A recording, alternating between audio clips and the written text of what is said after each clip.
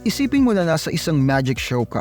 Ang magician ay humugot ng isang rabbit mula sa isang walang laman na sombrero. Nakakamangha, di ba? Pero deep inside, alam mong ito ay isang trick. May logical explanation sa likod nito. Kahit na hindi mo ito figure out. Ngayon, i-apply natin ang analogy na ito sa mundo ng unidentified flying objects. Tulad ng rabbit ng magician, maraming UFO sightings ang lumalabas ng mga elaborate hoaxes. Mga ilusyon na nilalayong lokohin at lituhin ka.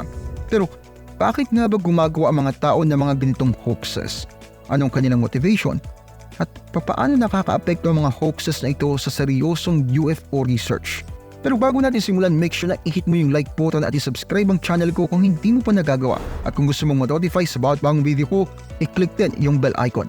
Malaking tulong yun sa akin at sobrang na-appreciate ko yan. Nagawa mo na? Alright, simulan na natin.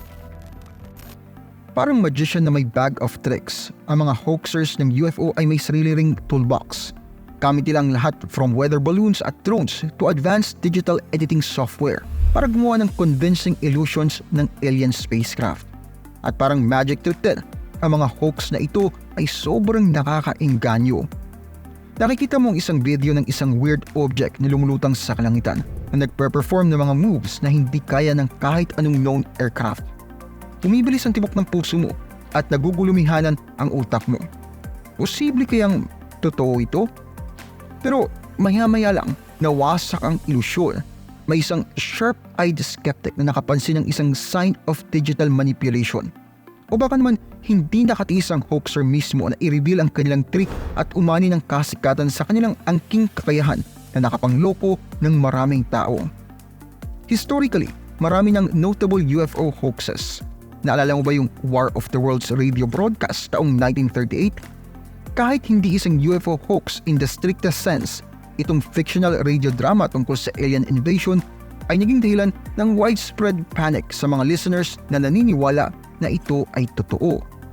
Sa mas recent times, mas naging sophisticated ang mga hoax dahil nga sa ating teknolohiya. Ang internet at social media platforms ay naging stages para sa mga modern day illusionists. Nagbibigay daan sa kanila na makarating sa isang global audience in a second. Ang isang well-executed hoax pwedeng maging viral overnight, spreading far and wide bago may makapag-debunk nito. Kumbaga, kahit ma-debunk mo yun, kilalang kilala na ang video na yun. Nagtataka ka ba kung bakit may mga naglalaan ng panahon para gumawa ng isang UFO hoax? Parang tinatanong mo kung bakit ang isang puppeteer ay gagastos ng oras para sa paggawa ng kanilang mga puppets at pagsasanay para sa kanilang show. Ang mga motivations ay maaring iba-iba tulad ng mga puppeteers mismo. Para sa ilan, tungkol ito sa thrill ng performance, ang adrenaline rush na nagmumula sa paghila ng mga strings at pagmasdan ng reaksyon ng audience. Hindi lang sila gumagawa ng isang hoax, nagpe-perform sila ng isang show. At kapag mas malaki ang reaksyon, mas satisfying ito.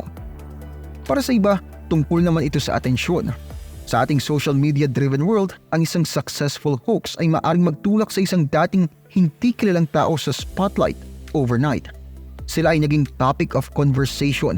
Ang kanilang pangalan ay na-share sa walang katapusang mga tweets at blog posts. Ito ay isang patikim ng kasikatan, kahit na ito ay nakabase sa isang pundasyon ng deception. Meron ding mga nakikita ito bilang isang business opportunity. Ang isang well-executed hoax ay maaaring makahikayat ng libo-libo kahit milyon-milyong mga viewers sa mga platforms tulad ng YouTube. At kasama ng mga views na yun ay ang advertising revenue at potential sales ng related merchandise. Ito ay isang paraan para kumita ng mabilis mula sa isang madaling baloko na audience. At huwag kalimutan ang mga gumagamit ng hoaxes bilang isang paraan ng social o political commentary. Sa pamamagitan ng paglikha ng isang fake UFO sighting, sinusubok nila ang ating willingness na maniwala sa extraordinary claims ng walang extraordinary evidence. Ito ay isang paalala na manatiling skeptical at tanungin ang ating nakikita at naririnig. Isipin mo na sinusubukan mong buuin ang isang jigsaw puzzle, pero may isang taong patuloy na nagdadagdag ng mga piraso mula sa ibang mga puzzle. Yan ang pakiramdam ng mga researcher na nagsusumikap na pag-aralan ang mga UFO phenomena sa harap ng malawakang mga hoaxes. Ang mga false report na ito ay parang mga dagdag na piraso sa puzzle na nagpapalabo sa tubig at nagpapahirap na makita ang tunay na larawan. Ang mga panloloko ay maaring magkaroon ng malaking epekto sa seryosong pag-aaral ng UFO. Una, maaari nilang baluktutin ang datos.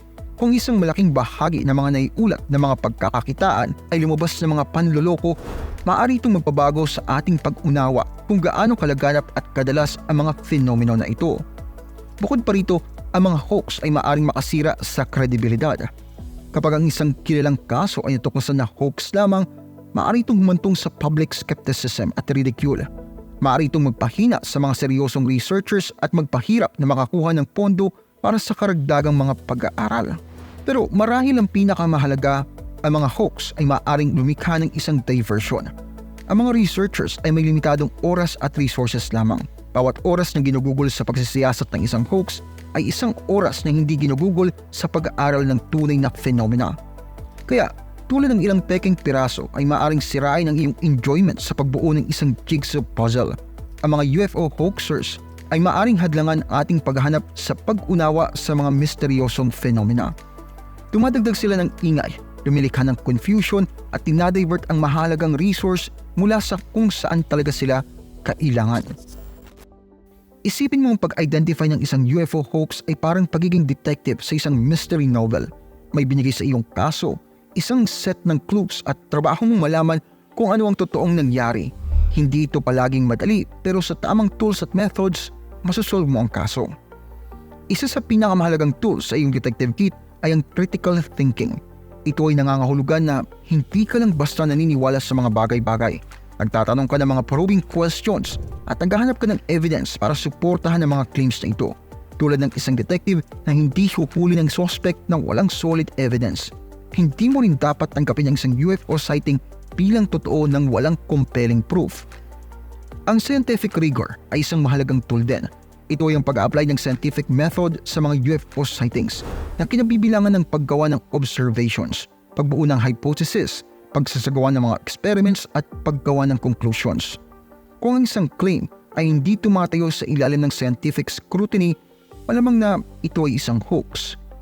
Pero kahit na may mga tools kagaya nito, may ilang mga hoaxes na mahirap makita. Dito naman pumapasok ang UFO research community. Sa pamamagitan ng pagtutulungan at pagbabahagi ng impormasyon, makakatulong ang mga researchers sa isa't isa na makilala mga hoaxes at maiwasan ang pagkalat nila. Kaya't tandaan, pagdating sa mga UFO, huwag ka lang maging passive observer, maging detective ka rin. Gamitin mo ang iyong critical thinking skills, i-apply ang scientific rigor at makipagtulungan sa community para ma-unmask ang mga hoaxes at makalapit tayo sa katotohanan. Nakita natin na ang mga UFO hoaxes ay higit pa sa simple prank lamang. Sila ay mga performances, maingat na ginagawa para lokohin at pulantangin ang mga manonood. At tulad ng anumang performance, kailangan nila ng isang madla at dito tayo papasok. Ang ating mga reaksyon, ang ating kagustuhang maniwala o magtanong ay may mahalagang papel sa mga hoaxes na ito. Pero hindi tayo basta-basta mga manonood lamang. Tayo ay mga detective sa isang cosmic mystery na may dalang critical thinking at scientific rigor. Maaari tayong magtanong, magsiyasat at mag-imbestiga. Maaari nating ihiwalay ang katotohanan mula sa katang-isip, ang totoo mula sa ilusyon. Kaya sa susunod na makakita ka ng isang nakakagulat na UFO sighting, alalahanin mo ang discussion natin.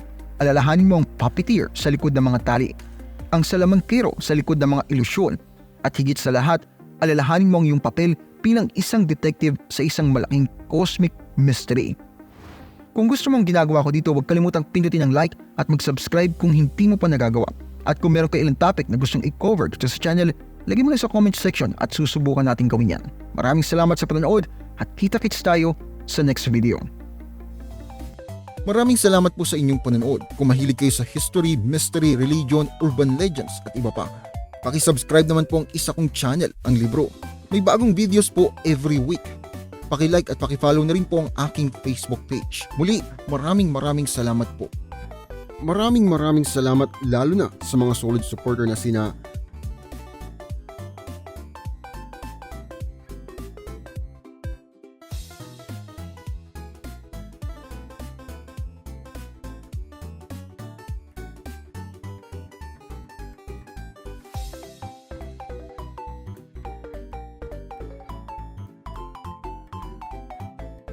meron po tayong member content Pakicheck na lamang po ang playlist. Marami-rami na rin pong nakalagay doon. Muli, maraming salamat po sa inyong patuloy na pagsuporta.